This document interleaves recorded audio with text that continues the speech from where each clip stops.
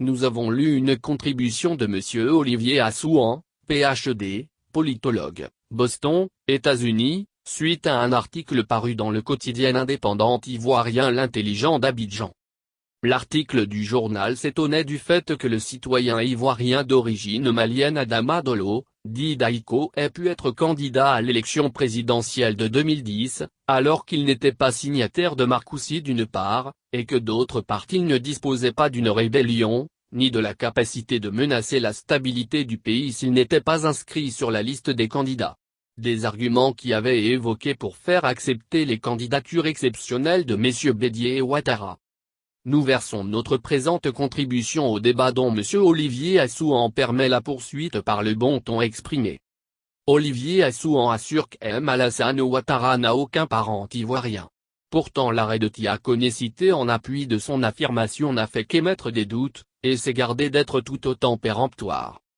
De plus aucune juridiction qualifiée de Côte d'Ivoire n'a, à la suite de cet arrêt très discutable, déclaré que le candidat Ouattara n'a aucun parent ivoirien. La question de la nationalité, qui est une question préjudicielle, est de la compétence d'un tribunal régulier, et non du juge constitutionnel. En la matière, tout juge professionnel qu'il était Tiakoné n'était pas compétent pour connaître de la question de la nationalité. Tout comme il ne peut par exemple vider, sans l'avis des impôts, un contentieux relatif à la régularité fiscale, ou au dépôt de cautionnement. Dans le cas d'espèce c'est l'avis de l'administration du Trésor, ou des impôts qui fait foi en cas de contentieux. Le juge constitutionnel n'est pas chargé de régler des délits de droit commun que peut constituer la question de la nationalité, considérée comme une question préjudicielle. Par exemple, à l'occasion d'un litige devant un tribunal, en cas de doute ou de contestation sur la nationalité, la question de fond portée devant ce tribunal ne peut être vidée, avant que soit vidée la question relative à la nationalité qui a surgi. Au surplus, le juge constitutionnel qui n'a pas de compétences en matière de médecine ne peut que commenter le dossier médical sur la base des indications du médecin qualifié l'ayant signé. En aucune manière, le juge constitutionnel ne peut juger sans l'avis d'experts qualifiés un dossier médical. Dans les tribunaux réguliers compétents pour régler et connaître de la question de la nationalité, il est souvent fait appel à des experts. Monsieur Tiakoné n'a fait référence à aucune décision de justice pour argumenter au sujet de la nationalité du nommé Alassane Ouattara. Vous et moi, nous pouvons dire que telle personne est de nationalité ivoirienne, mais seul un juge régulier est compétent pour délivrer un certificat de nationalité qui établit au-delà des sentiments des uns et des autres la nationalité d'un individu, au vu des conditions exigées par la loi et des pièces fournies par le requérant ou le pétitionnaire. Lorsqu'un certificat de nationalité délivré paraît douteux et irrégulier, il faut saisir le tribunal régulier. Le juge constitutionnel n'a pas cette prérogative, même quand il est saisi pour se prononcer sur l'éligibilité d'un candidat. S'il peut se substituer à l'administration des impôts, du Trésor, aux médecins et aux juges compétents pour les matières liées à la nationalité, le juge constitutionnel pourrait un jour sortir de son cadre, pour certifier des attestations de régularité, des rapports de médecins, ou même pour prétendre juger des flagrants délits et des crimes au même titre que les tribunaux. En cas de doute sur la nationalité, le juge constitutionnel n'interprète pas le code de la nationalité comme l'a fait Tiakoné. Il soumet le dossier à un tribunal régulier qui règle et tranche la question. Avoir des notions et des compétences en matière de droit et de connaissance des lois pour avoir été juge de siège, ou procureur par le passé, ne peut justifier le fait que le juge constitutionnel s'octroie des prérogatives de façon indue.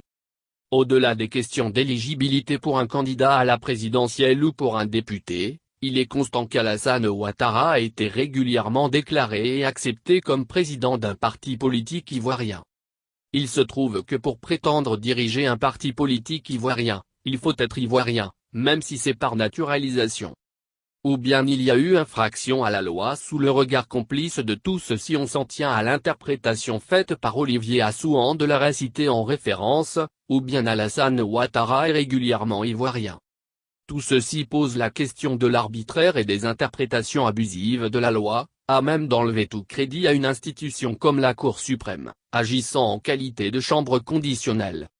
Le rôle de la Chambre constitutionnelle de la Cour suprême, ou du Conseil constitutionnel est aussi d'attirer l'attention des gouvernants sur la bonne exécution des lois. La décision qui est non susceptible de recours, portant rejet de la candidature d'un citoyen pour cause de nationalité ivoirienne douteuse, ne doit pas consister simplement à dire que M. Ouattara n'est pas éligible au poste de député ou de président de la République, mais elle doit aussi veiller à ce qu'en sa qualité de non-ivoirien d'origine, ni même de naturalisé car aucun document ne permet de disposer qu'il a été naturalisé, il ne soit nullement autorisé à diriger un parti politique ivoirien. Il n'en fut jamais rien. Si l'on veut justifier l'exclusion d'Alassane Ouattara de la liste des candidats à l'élection des députés en 2000 par le fait qu'il n'a aucun parent ivoirien, selon Diakone qui s'est par la suite rétracté, et si l'on s'en tient aux arguments de M. Assouan, doit-on en déduire que M. Ouattara était alors un apatride puisqu'à l'époque il ne revendiquait aucune autre nationalité que la nationalité ivoirienne? S'il n'était pas de nationalité ivoirienne, de quelle nationalité était-il régulièrement alors? Comment donner droit à la lecture abusive et arbitraire des dispositions du code électoral faites par la Conseil constitutionnel au sujet d'Adama Daïko si on retient par exemple que sans même avoir été soustrait des incompatibilités prévues par la loi, ni même avoir besoin de décision exceptionnelle par effet d'une décision article 48, un Chinois, un Français, un Sénégalais ou tout autre étranger naturalisé, peut au bout de 10 ans être député ou maire, en Côte d'Ivoire, selon les articles 72 et 112 du Code électoral. Toutefois, en vertu de l'article 35 de la Constitution ivoirienne, ce même naturalisé ivoirien éligible 10 ans après à un poste de maire ou député même relevé à titre exceptionnel des incapacités prévues par la loi, ne peut en aucune façon prétendre participer à l'élection présidentielle qui établit des critères pour lesquels la seule qualité d'ivoirienne article 43 du Code de la nationalité ivoirienne, n'est pas suffisante. Si un Ivoirien d'origine sans aucune incapacité à relever, ne peut pas être candidat à l'élection présidentielle, comment un Ivoirien naturalisé, même soustrait des incapacités à titre exceptionnel pour service rendu à la nation, peut-il être inscrit sur la liste des candidats? Prenons un autre argument développé par M. Assouan, à savoir le respect du principe de l'égalité et, de manière particulière, le principe d'égal accès aux fonctions publiques électives. Ce principe incite à violer délibérément et sciemment l'article 35 pour tous. D'ailleurs pour mettre à l'abri contre ce type d'interprétation fait par le Conseil constitutionnel, le Code électoral est précis, article 17, tout électeur peut faire acte de candidature aux élections organisées par la présente loi, sous réserve des conditions particulières fixées pour chacune d'elles. Article 18 tout électeur, qui se trouve dans l'un des cas d'inéligibilité prévus dans les dispositions particulières relatives aux élections organisées par la présente loi, ne peut faire acte de candidature. Le Code électoral établit de façon délibérée des exceptions et se soustrait de façon volontaire au principe général de l'égalité de tous les citoyens, et d'égal accès aux fonctions publiques électives. Pourquoi le Conseil constitutionnel peut vouloir être plus royaliste que le roi que la Constitution, en lui appliquant un principe qu'il n'a aucune raison à faire, sauf à violer le serment de respect scrupuleux des prescriptions constitutionnelles? On ne peut pas invoquer le principe général de l'égalité, quand d'une part le Code électoral et ensuite la Constitution y dérogent en toute connaissance de cause suite à un vote souverain du peuple, et d'autre part quand les anti-ivoiritaires évoquent généralement ce même principe pour dénoncer le caractère arbitraire des exclusions et de l'article 35, exigeant simplement la qualité d'ivoirien au titre du Code de la nationalité pour toutes les élections. Au lieu de prendre une mesure anticonstitutionnelle, une mesure exceptionnelle suspendant l'application de la Constitution, ce qui a été refusé par exemple lorsque les premiers ministres Diarra et Bani ont voulu avoir le droit de signer des décrets pour les matières relatives à Marcoussis et à la sortie de crise, et lorsque la dissolution de l'Assemblée nationale avait été proposée à l'arrivée de Bani par le TI, un référendum aurait pu être organisé par ceux qui se trouvent de façon surprenante des circonstances atténuantes pour violer la constitution ivoirienne, et qui, se prévalant de leur propre turpitude, veulent justifier l'injustifiable. Nous on a eu raison de violer la constitution à cause de la crise et des accords de paix, mais lui il n'a pas raison de la violer, car il avait le temps de faire un référendum. Nous on avait des raisons de ne pas faire de référendum, lui il n'a aucune excuse. Nous on l'a rendu éligible, mais lui-même ne peut se rendre éligible. Au moment où le médiateur sud-africain proposait l'usage de l'article 48 pour rendre éligible Bédié et Ouattara, le texte relatif à la modification de l'article 35 avait pourtant été déjà adopté au Parlement à la majorité requise, avec le vote entre autres de Simone Babo et de Mamadou Koulibaly. En restant dans la même logique, avec l'appel à voter oui de l'ensemble des acteurs politiques, les conditions de tenue d'une élection référendaire auraient été trouvées. D'autant plus que des années plus tard, nous sommes partis à l'élection de 2010, sans un désarmement intégral. L'organisation d'un référendum aurait permis de créer les conditions d'organisation d'un scrutin simple et sans polémique longtemps avant une élection présidentielle plus concurrentielle. Au surplus après Pretoria, il y a eu l'accord de Ouagadougou, il y a eu une situation de paix relative, qui aurait permettre d'organiser un référendum consensuel avant la présidentielle, et qui aurait mis fin à cet attentat à la Constitution que constituait l'usage de l'article 48 pour suspendre l'application de la Constitution en son article 35. Une question à ceux qui trouvent que Babo et Mbeki ont bien fait, et si Ouattara décidait en 2020, sans référendum et au vu de la situation de tension et d'implosion, de suspendre pas l'article 48 comme l'avait déjà Laurent Gbagbo, l'application de l'article 35, en vue de se représenter pour un troisième mandat? On ne fait pas la paix à n'importe quel prix, et sur des positions à géométrie variable au sujet de la Constitution. Les mesures exceptionnelles dont parle l'article 48, ne peuvent être des mesures anticonstitutionnelles, sinon un chef de l'État peut justement au nom d'une crise, au nom de la paix, ou au nom de n'importe quoi, user de cet article pour mettre en veilleuse non seulement l'article 35, mais toute la constitution du pays.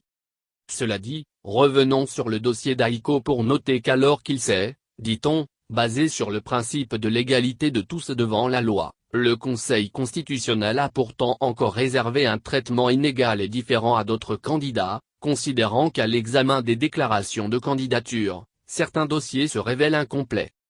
Que les candidats Boagnon Breguet Charles, Koulibaly Nablé Yaya, Gahania Hippolyte, Goba David, Guede José Abel et Keita Siemoko n'ont pas produit de reçu du cautionnement. Que les candidats Boagnon Breguet Charles et Keita Siemoko n'ont pas produit l'attestation de régularité fiscale ou tout autre document permettant de s'acquitter de leurs impôts. Considérant que l'article 57 du Code électoral prescrit qu'est rejetée toute candidature dont la composition du dossier n'est pas conforme aux dispositions du Code électoral.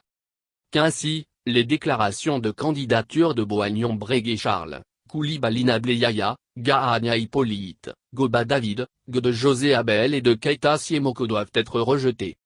Qu'il échait de ne pas retenir leurs noms et prénoms sur la liste définitive des candidats. Voilà.